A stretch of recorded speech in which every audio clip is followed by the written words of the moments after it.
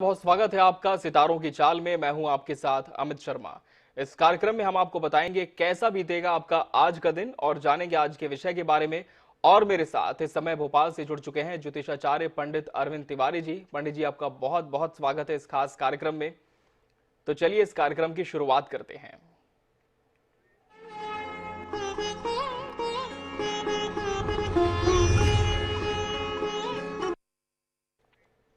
और चलिए सबसे पहले बात करते हैं आज के पंचांग के बारे में। पंडित जी, क्या है आज का पंचांग और ग्रह गोचर, आपसे जानना चाहेंगे।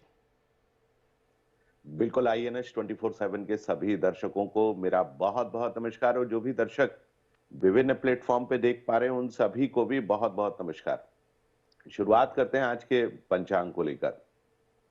तो आज 15 नवंबर 2022 का दिन है। दिन मंगलवार का है। इस समय हिंदू महीना जो चल रहा है वो अघन मास का महीना है।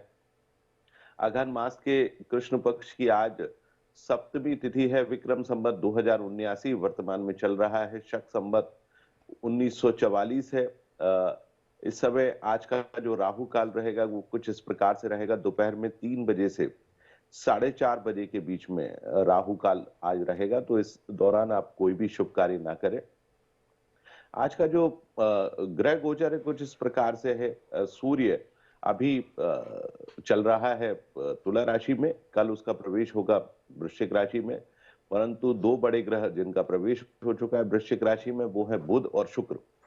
तो आज चंद्रमा का जो गोचर है वो कर्क राशि में रहेगा। पूरे दिन भर कर्क राशि में गोचर करते रहेंगे।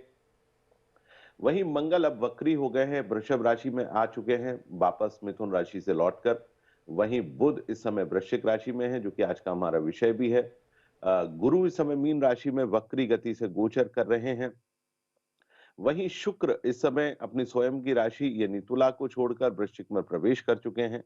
वहीं शनि इस समय स्वयं की राशि यानी मकर राशि में है। राहु इस समय मेष राशि में है और केतु तुला राशि में है। तो ये था आज का ग्रह गोचर और पंचांग। जी पंडित जी, और हम दर्शकों को बता दें खुल चुकी है। किसी भी समस्या का ज्योतिषीय समाधान आप चाहते हैं तो इस कार्यक्रम के दौरान लगातार हमारे नंबर से स्क्रीन पर फ्लैश होते रहेंगे, जिन पर आप फोन कर सकते हैं और पंडित जी से अपना प्रश्न पूछ सकते हैं। बढ़ते हैं आज के विषय की ओर। आज हम बात करने जा रहे हैं कि बुध का वृश्चिक राशि में जब प्रवेश होगा तो यह प्रवेश कैसा रहेगा और विभिन्न राशियों पर इसका क्या प्रभाव होगा। पंडित जी, जहां तक बुध के वृश्चिक राशि में प्रवेश की बात है, कब से कब तक ये प्रवेश देखने को मिलेगा और क्या असर इसका देखने को मिलेगा। देखिए, बुध अपने आप में बहुत सुंदर ग्रह है, और हमारे यहाँ ज्योतिष की ये बड़ी खूबी है कि पहले से हर चीज बता देते हैं कि कब कहाँ किस राशि में किस ग्रह का गोचर होगा। तो समझने की आवश्यकता है। बुध बेहद सुंदर से प्लेनेट है। बुध और शुक्र ये दोनों सूर्य के बिल्कुल नजदीकी हैं। और सूर्य जैसे ही राशि परिवर्तन करने वाले होते हैं तो उनसे पहले या तो बुध आगे चले जाते हैं या शुक्र आगे चले जाते हैं, या कई बार तीनों ही एक साथ जाते हैं। परंतु इस बार पहले शुक्र वृश्चिक राशि में प्रवेश कर चुके हैं, और उससे बाद बुध का प्रवेश अभी 2 दिन पहले ही वृश्चिक राशि में हुआ है। देखिए, बुध अपने मित्र की राशि में था, अभी तक तुला राशि में गोचर कर रहा था। अब उसका प्रवेश मंगल की राशि में हुआ है। देखिए, मंगल और बुध का आपस में नैसर्गिक मैत्री तो नहीं है, क्योंकि एक जो है वो मंगल की राशि से उसकी मित्रता नहीं है, परंतु शनि का वो नैसर्गिक मित्र माना जाता है बुध। लेकिन बुध का वृश्चिक राशि में प्रवेश अपने आप में एक बहुत सुंदर और अच्छी खगोलीय घटना है। कारण उसका सबसे बड़ी बात यह है कि बुध वाणी का देवता है, और जब भी वो मंगल की राशि यानी वृश्चिक या मेष में प्रवेश करता है तो उसके स्वभाव में थोड़ा सा परिवर्तन आता है। खासतौर से ऐसे लोग जो कि प्रशासनिक क्षेत्र में काम कर रहे हों, ऐसे लोग जो कि राजनीतिक क्षेत्र में काम कर रहे हों, ऐसे लोग जो कि सामाजिक क्षेत्र में काम कर रहे हों, ऐसे जातकों के लिए, या जो लोग केवल वाणी और वाणी से जुड़ा हुआ काम कर रहे हैं, ऐसे जातकों के लिए वृश्चिक राशि में बुध का प्रवेश अपने आप में बेहद शुभ लाभकारी है। खासतौर से भारतवर्ष की कुंडली को यदि आप देखेंगे तो भारतवर्ष की कुंडली जो कि वृषभ लग्न कर्क राशि की जन्म कुंडली है, जिसको हम 15 अगस्त 1947 मध्य रात्रि से लेकर चलते हैं, तो आप देखिए सम सप्तम भाव में बुध का प्रवेश, जो कि पंचम भाव का स्वामी है। और आप देखिए कि उसका प्रवेश अभी 2 दिन पहले ही हुआ है। हालांकि G20 का सम्मेलन पहले से ही निर्धारित था और आप देखिए नरेंद्र मोदी जी जिनकी स्वयं की राशि वृश्चिक है, कल ही वो इंडोनेशिया की राजधानी इंडोनेशिया में जो बाली है जहां पर G20 देशों का सम्मेलन हो रहा है। और आप देखिए बुध चूंकि पंचम भाव का स्वामी है, सप्तम भाव यानी वैदेशिक संबंधों के भाव का भी स्वामी ग्रह माना जाता है, तो भारतवर्ष की परिस्थिति और स्थिति को कई गुना वो आगे बढ़ाने वाला है। अर्थात आप ये मान के चलिए कि विदेशों में भारतवर्ष का जो प्रभाव है वो कई गुना बढ़ेगा। दूसरा, भारतवर्ष की कुंडली में बुध जो है वो धन भाव का स्वामी है, यानी एक प्रकार से अर्थव्यवस्था को भी मजबूती प्रदान करने वाला ग्रह है। तो बुध का इस प्रकार वृश्चिक राशि में प्रवेश न केवल भारतवर्ष की अर्थव्यवस्था को मजबूत करेगा, भारत की शासन और सत्ता वर्ग, खास तौर से भारतीय जनता पार्टी जहां जहां चुनाव लड़ रही है उन प्रदेशों में भी भारतीय जनता पार्टी की स्थिति को मजबूत करेगा। तो ये कहा जा सकता है कि राजनीतिक रूप से बुध का वृश्चिक राशि में प्रवेश बेहद शुभ है और इसका विभिन्न राशियों पर भी अलग-अलग प्रभाव, अलग-अलग तरीके से एक अच्छा प्रभाव पड़ने जा रहा है। जी पंडित जी। और किन राशियों पर इसका प्रभाव होगा, इस पर आपसे बात करेंगे। हमारे साथ दर्शक जुड़ चुकी हैं राजस्थान के भरतपुर से मंजू जी। मंजू जी, बहुत स्वागत है आपका सितारों की चाल में। जिनके विषय भी आपका प्रश्न है उनके जन्म की पूरी तिथि, समय और स्थान बता दें पहले। आचार्य जी प्रणाम। जी हेलो आचार्य जी, मुझे पति के लिए जानना था। उनकी डेट ऑफ बर्थ है 3 दिसंबर 1964, जी सुबह 3 बजे, भरतपुर राजस्थान। जी, प्रश्न करें। उनका खुद का मकान कब तक खरीद पाएंगे गुरुजी? जी पूछ रही हैं और चूंकि उनका मकान आप ही का घर होगा, हमेशा पत्नी को गृह लक्ष्मी के स्वरूप में हम लोग संज्ञा देते हैं, लेकिन आपने प्रश्न पूछा है तो मैं उसका उत्तर आपको अवश्य देता हूं। देखिए वर्तमान में आपके पतिदेव के ऊपर जो है वो दशा चल रही है शुक्र की, और आप देखेंगे कि उसमें बुध का प्रत्यांतर बना हुआ है और बुध चल रहा है उनके ऊपर 31/12/2021 से, जो कि चलेगा 31/10/2024 तक। देखिए वर्तमान में शुक्र का प्रत्यांतर है, शुक्र में बुध का प्रत्यांतर शुक्र में बुध और बुध में शुक्र का प्रत्यांतर 15 जनवरी 2023 तक रहेगा। राशि वृश्चिक है और इस समय बुध का प्रवेश भी वृश्चिक राशि में हुआ है, तो मुझे लगता है कि 15 जनवरी तक मकान लेने के योग बन रहे हैं। यदि इस दौरान मकान ले पाते हैं तो बहुत ही शुभ है। लेकिन इसके अलावा एक चीज और मैं आपको बताना चाहूंगा, चूंकि आपके पतिदेव की मूल कुंडली में शनि कुंभ राशि में होकर बैठे हुए हैं, यानी छठे भाव में, तो शनि का प्रवेश जैसे ही होगा लाभकारी होगा, परंतु ढैया शनि भी आपके पतिदेव के ऊपर प्रारंभ होगा 17 जनवरी के बाद। तो 17 जनवरी के बाद से जब तक शनि कुंभ राशि में मार्गी रहेंगे तो मुझे लगता है कि लाभ अवश्य होना चाहिए और एक अच्छा मकान 17 जनवरी के आसपास लेने की संभावनाएं बनती हैं। बिल्कुल। वहीं आचार्य जी से निजी परामर्श के लिए भी हमारे दर्शक संपर्क कर सकते हैं। उनके नंबर हम लगातार स्क्रीन पर फ्लैश कर रहे हैं। अगले दर्शक हमारे साथ जुड़ चुके हैं आचार्य जी, झारखंड से रणवीर। रणवीर जी, बहुत स्वागत है आपका सितारों की चाल में। जन्म की पूरी तिथि, समय और स्थान बता दें पहले। रणवीर जी, आप सुन पा रहे हैं हमें? रणवीर जी, आपको क्या हमारी आवाज मिल पा रही है? चलिए इनसे फिर से संपर्क करने की कोशिश करेंगे आचार्य जी। हम बढ़ते हैं फिर से अपने विषय की ओर। जिस तरह से हम राशि परिवर्तन पर बात कर रहे थे आचार्य जी, आपसे जानना चाहेंगे कि ऐसी कौन सी राशियां होंगी जिन पर इसका सबसे ज्यादा प्रभाव देखने को मिलेगा?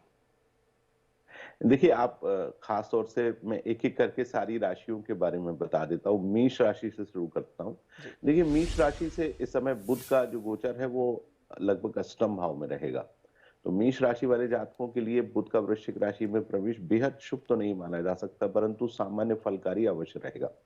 खास तौर से मेष राशि में बुध पराक्रम भाव का स्वामी होता है, यानी यश मान सम्मान और प्रतिष्ठा दिलाने का स्वामी होता है, तो इस दौरान आपको यश मान सम्मान और प्रतिष्ठा अवश्य प्राप्त होगी।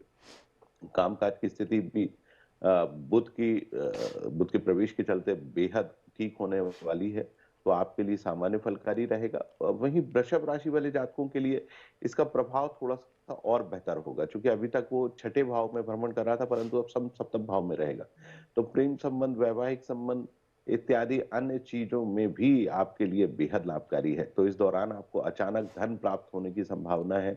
यदि आप राजनीतिक क्षेत्र से जुड़े हुए हैं तो राजनीतिक कार्यों में भी आपकी पद प्रतिष्ठा बढ़ सकती है।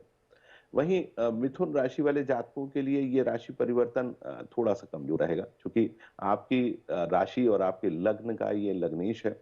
उसका छठे भाव में गोचर मिथुन राशि वाले जातकों के लिए थोड़ा ठीक नहीं है, तो स्वास्थ्य का खास तौर से आप ध्यान रखिए। स्वास्थ्य का ध्यान रखिए और सबसे महत्वपूर्ण चीज़, सुख में थोड़ी कमी ला सकता है, माता को लेकर कष्ट हो सकता है और शेयर मार्केट यदि प्रॉपर्टी में आप कोई निवेश करने जा रहे हैं, तो उससे आपको बचने की आवश्यकता है। वहीं हम बात करेंगे कर्क राशि वाले जातकों के लिए, तो कर्क राशि वाले जातकों के लिए बेहद शुभ फलकारी है, खासतौर से संतान को लेकर। संतान से प्रेम इस दौरान बढ़ेगा, संतान की उन्नति होने के योग है या आपके पिता पक्ष को भी लाभ होने की संभावनाएं सबसे ज्यादा बनती हैं। इसके अलावा राजनीतिक और शिक्षा प्रतियोगिता के क्षेत्र में भी वो आपको सफलता अवश्य दिलाएगा। वहीं बात करते हैं सिंह राशि वाले जातकों की, तो सिंह राशि वाले जातकों के लिए वृश्चिक राशि में प्रवेश शुभ नहीं माना जा सकता, खासतौर से क्योंकि चौथे भाव में प्रवेश कर रहा है, आपकी राशि से सुख में कमी ला सकता है, माता को कष्ट दे सकता है। यदि आप शेयर मार्केट, प्रॉपर्टी इत्यादि के कार्यों में संलग्न है तो उसमें थोड़ा सा सावधानी पूर्वक निवेश करें, सावधानी पूर्वक बेचने की कोशिश भी करिएगा, क्योंकि हो सकता है आपको कहीं ना कहीं घाटे की स्थिति वो लेकर आ जाए। वहीं कन्या राशि वाले जातकों के लिए बेहद लाभकारी है, क्योंकि पराक्रम भाव में आपका राशि स्वामी बैठ रहा है, तो मित्रों परिजनों से लाभ दिलाएगा, भाग्य में आ रहे अवरोधों को कहीं ना कहीं वो पूरी तरह से दूर करने की स्थिति में रहेगा। वहीं यदि तुला राशि की हम बात करें, तो चूंकि तुला राशि पर वो पहले से बैठा हुआ था, भाग्येश था, अब उसका द्वितीय भाव में भ्रमण भी सामान्य तौर पर ठीक रहता है, तो घर परिवार में आपकी स्थिति को बेहतर करेगा। कोई बहुत दिनों से चल रहा मनमुटाव कहीं ना कहीं कम हो सकता है, धन आपको वो दिला सकता है। कुल मिलाकर एक बहुत शुभ फलकारी स्थिति वो आपको अवश्य प्रदान करेगा। तो कुल मिलाकर यह समय आपके लिए बहुत ही लाभकारी समय बना हुआ है। बात करते हैं वृश्चिक राशि वाले जातकों की, तो वृश्चिक राशि में तो स्वयं बुध का ही प्रवेश हुआ है। तो ऐसे जातक जो बहुत दिन से परेशान थे, बहुत दिन से लाभकारी स्थिति नहीं बन रही थी, क्योंकि वृश्चिक राशि में बुध जो है वो उच्च की आय का स्वामी होता है, तो आपको उच्च की आय कराएगा, राजनीतिक कार्यों में सफलता दिलाएगा, संतान की उन्नति करेगा, शिक्षा और प्रतियोगिता में सफलता देगा, शासकीय क्षेत्र में भी आपको लाभ वो अवश्य प्रदान करेगा। तो वृश्चिक राशि वाले जातकों के लिए बेहद शानदार है इसका गोचर। वहीं यदि हम बात करते हैं धनु राशि वाले जातकों के लिए, तो धनु राशि वाले जातकों के लिए थोड़ा सा कमजोर है, क्योंकि आपकी राशि से इसका गोचर 12वें भाव में हो रहा है। देखिए, आपकी कुंडली में, आपकी राशि में कहीं ना कहीं ये कर्मेश यानी कामकाज के भाव का स्वामी है, सप्तम भाव यानी वैवाहिक संबंधों और प्रेम संबंधों के भाव का स्वामी ग्रह है। तो इसका गोचर आपके लिए ठीक नहीं है और अभी थोड़ा सा, अभी ये कम्बस यानी अस्त होकर भी पड़ा हुआ है, तो आपको कार्य क्षेत्र इत्यादि में कहीं ना कहीं परेशानी ये अवश्य लेकर आएगा। तो ये समय और ये गोचर आपके लिए ठीक नहीं। वहीं मकर राशि वाले जातकों की हम चर्चा करते हैं, तो मकर राशि वाले जातकों के लिए ग्रह गोचर शानदार है, क्योंकि एकादश भाव में बन रहा है, भाग्येश का एकादश भाव में बैठना बेहद शुभ स्थिति है। तो आने वाले जो 22 दिन है वो आपके लिए सबसे शानदार है, क्योंकि शुक्र और बुध की युति बनी हुई है वृश्चिक राशि में, तो ये समय आपकी उन्नति, आपके कार्य क्षेत्र, सामाजिक, राजनीतिक, आर्थिक और अन्य विभिन्न क्षेत्रों में सफलता अवश्य प्रदान करेगा। वहीं बात करते हैं कुंभ राशि वाले जातकों के लिए, तो कुंभ राशि वाले जातकों के लिए भी ये गोचर बेहद शानदार है, क्योंकि ये दशम भाव में बन रहा है। कामकाज बढ़िया रहेगा, संतान को लेकर, राजनीति को लेकर, शिक्षा प्रतियोगिता को लेकर, खेल कूद को लेकर, इन क्षेत्रों में उन्नति के आसार दिखाई दे रहे हैं, आपको अवश्य उन्नति होगी। वहीं हम बात करते हैं अंतिम राशि यानी मीन राशि पर, तो मीन राशि वाले जातकों के लिए भी ये गोचर बहुत बढ़िया है, क्योंकि भाग्य स्थान में गोचर हो रहा है, आपके भाग्य को बढ़ाएगा। यदि आप अविवाहित हैं तो विवाह के प्रस्ताव आ सकते हैं, मन प्रसन्न बना रहेगा, कामकाज की स्थिति बढ़िया रहेगी। तो कुल मिलाकर 12 राशियों में बुध का प्रवेश इस प्रकार से रहने जा रहा है। जी आचार्य जी। आचार्य जी, अब हम कार्यक्रम के अंतिम चरण में पहुंच चुके हैं और अब बात कर लेंगे हम दैनिक राशिफल की। शुरुआत कर लेते हैं मेष राशि के साथ। बिल्कुल। हम शुरुआत करते हैं अमित जी मेष राशि यानी पहली राशि से। तो मेष राशि वाले जातकों का समय अभी थोड़ा बेहतर नहीं है, क्योंकि चंद्रमा का गोचर अभी उतना बेहतर नहीं है जितना होना चाहिए। बुध और शुक्र भी आपकी उतनी मदद नहीं कर रहे हैं, तो कोई बात नहीं। चंद्रमा के चलते थोड़ा 1.5 दिन बहुत सोच समझ कर काम करें, विवादों से बचे, मन को शांत रखने की कोशिश करें और अपने स्वास्थ्य का ध्यान रखें। मुझे लगता है कि आने वाले 1.5 दिन के बाद समय स्वतः ही ठीक होगा, जब चंद्रमा सिंह राशि में पहुंचेगा। प्रेम संबंधों से बचने की भी मेष राशि वाले जातकों को आवश्यकता बनी हुई है। वहीं हम बात कर लेते हैं वृषभ राशि की। तो वृषभ राशि वाले जातकों के लिए तो इस समय सारे ग्रह लगभग बेहतर बने हुए हैं, एक मंगल को छोड़ दीजिए तो। राशि स्वामी का सप्तम भाव में गोचर बेहद शानदार है, मन बेहद प्रसन्न बना रहेगा, कामकाज की स्थिति बहुत अच्छी होगी, प्रेम संबंध, वैवाहिक संबंधों और या पार्टनरशिप में आप कोई काम कर रहे हैं तो लाभ प्राप्त होने की पूरी पूरी संभावना है। तो आप अपने कार्यों का ध्यान रखें, मन को शांत रखें और इस अच्छे समय का भरपूर तरीके से लाभ उठा लें। अगली राशि की हम चर्चा करते हैं, जो कि मिथुन राशि है। मिथुन राशि वाले जातकों का आज का दिन उतना बेहतर नहीं है जितना कि होना चाहिए। देखिए, चंद्रमा का द्वितीय भाव में भ्रमण शुभ नहीं माना जाता। कामकाज के लिहाज से भी ठीक नहीं है, कामकाज में बाधाएं उत्पन्न होंगी, मन थोड़ा शांत बना रहेगा। अजीब सी आशंकाएं और अजीब सी चिंताएं आपके मन में गहरी हो सकती हैं, रह सकती हैं। यात्रा बहुत सोच समझकर आपको करने की आवश्यकता है, थोड़ा सा शांति और धैर्य से आप अपने समय को बिताने की कोशिश करिएगा। अगली राशि की हम चर्चा करते हैं, जो कि कर्क राशि है। कर्क राशि वाले जातकों का समय बेहद शानदार है। देखिए, एक तो आपका राशि स्वामी चंद्रमा आप ही की स्वयं की राशि में, जिसके चलते मन प्रसन्न बना रहेगा। तो आप आज कोई भी काम करेंगे तो उसमें आपको सफलता मिलने की पूरी संभावना है। और सलाह यही है कि योजना बनाकर तेजी से 1-2 दिन में अपने कार्यों को जरूर संपन्न करिए, क्योंकि बुध और शुक्र दोनों ही आपके लिए बहुत शुभ स्थिति में विराजमान है, तो इसका भरपूर लाभ उठा लीजिए। अगली राशि के हम और आगे बढ़ते हैं, जो कि सिंह राशि है। सिंह राशि वाले जातकों का समय अभी उतना बेहतर नहीं है जितनी की आप अपेक्षा कर रहे हैं। एक तो चंद्रमा 12वें भाव में भ्रमण कर रहा है, जिसके चलते मन बेहद अशांत बना हुआ है, तनाव की स्थिति है, व्यर्थ का खर्च हो रहा है। कुल मिलाकर आप अपने बजट को अनियंत्रित पा रहे हैं, जिसके चलते परेशानी हो सकती है। जरूरी काम बिल्कुल भी ना करें, लोग आपके कार्यों में बाधाएं उत्पन्न कर सकते हैं, तो थोड़ा ध्यान रखें और धैर्य से काम करें। अगली राशि की हम चर्चा करते हैं, जो कि कन्या राशि है।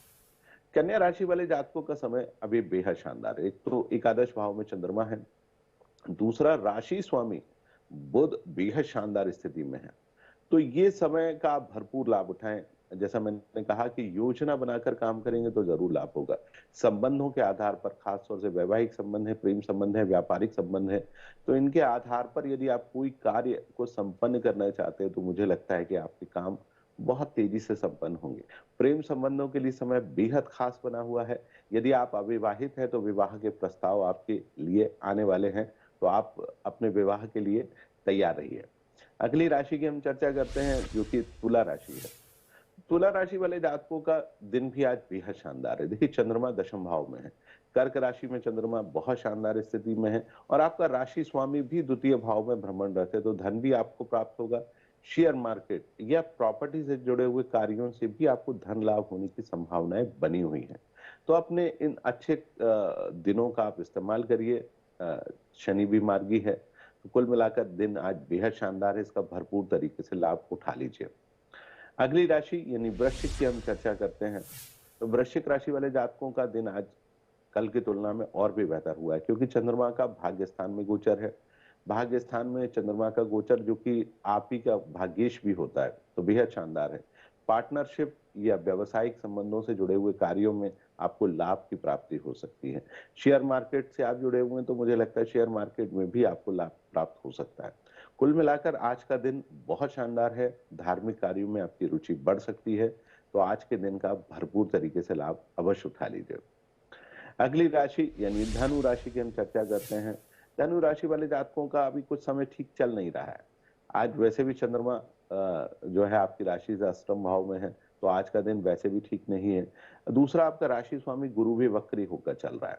तो जिसके चलते जरूरी जितने भी काम हैं उनको आप ना ही करें तो बेहतर होगा। और किसी से भी बहस वाद विवाद बिल्कुल भी ना करें। यदि आप ये करेंगे तो हो सकता है कि आपको परेशानी का सामना करना पड़े। परंतु चिंता ना करें, कल दोपहर के बाद, कल शाम से चंद्रमा थोड़ा सामान्य होगा, तो आने वाले दिन आपके लिए थोड़े से बेहतर जरूर होंगे। लेकिन कोशिश करें कोई बड़ा निर्णय इस दौरान बिल्कुल भी ना लें। अगली राशि यानी मकर राशि की बात करेंगे तो मकर राशि वाले जातकों का दिन लगातार शानदार है। देखिए, सप्तम भाव में चंद्रमा, शुक्र और बुध का गोचर एकादश भाव में, पराक्रम भाव में बृहस्पति हालांकि वक्री होकर चल रहा है, जो कि 25 नवंबर से मार्गी भी हो जाएगा। तो इस अच्छे समय का भरपूर तरीके से लाभ उठाएं। जितने भी जरूरी काम है तेजी से संपन्न कर लें। कामकाज की स्थिति काफी बेहतर बनी रहेगी। मन आपका बेहद प्रसन्न बना रहेगा। तो अच्छे समय का लाभ लें ताकि आपके कार्यों में तेजी आ सके। अगली राशि यानी कुंभ राशि की बात करेंगे तो कुंभ राशि वाले जातकों का समय आज बहुत शानदार है। देखिए, ऐसी स्थितियां हफ्ते में कई बार कम ही आती हैं, तो इसका भरपूर लाभ उठाएं। छठे भाव में चंद्रमा न केवल आपके विरोधियों को कमजोर करेगा, अपितु आपकी यात्रा भी बेहद शुभ और लाभकारी बनेगी। और इस दौरान यदि आप स्वास्थ्य को लेकर परेशान बने हुए तो सेहत भी आपकी बहुत अच्छी रहने जा रही है। तो आप अपनी अच्छी सेहत का लाभ उठाएं, अच्छे समय का लाभ उठाएं और अपने जरूरी कार्यों को तेजी से संपन्न कर लें। अंतिम राशि यानी मीन राशि की बात करते हैं। मीन राशि वाले जातकों का भी समय बढ़िया ही बना हुआ है। देखिए, पंचम भाव में चंद्रमा जो कि पंचमेश है, यदि आप शासन या शासकीय कार्यों को करना चाहते हैं तो उसके लिए आज का दिन काफी बेहतर बना हुआ है। मन बेहद प्रसन्न बना रहेगा। अचानक धन प्राप्ति के योग भी बन रहे हैं। तो आप धन या धन से जुड़ा हुआ कोई काम करना चाहते हैं तो उसमें भी लाभ होगा। और वहीं संबंधों का स्वामी बुध भी बेहद शुभ स्थिति में, तो आज के दिन का पूरा लाभ अवश्य उठा लीजिए। बिल्कुल। तो ये था 12 राशियों का दैनिक राशिफल। पंडित जी, आपको बहुत बहुत धन्यवाद इस कार्यक्रम में जुड़कर दर्शकों को अहम जानकारी देने के लिए। और इसी के साथ सितारों की चाल में आज के लिए फिलहाल इतना ही। कल हम फिर हाजिर होंगे इसी समय एक नए विषय के साथ। तब तक के लिए दीजिए इजाजत। नमस्कार।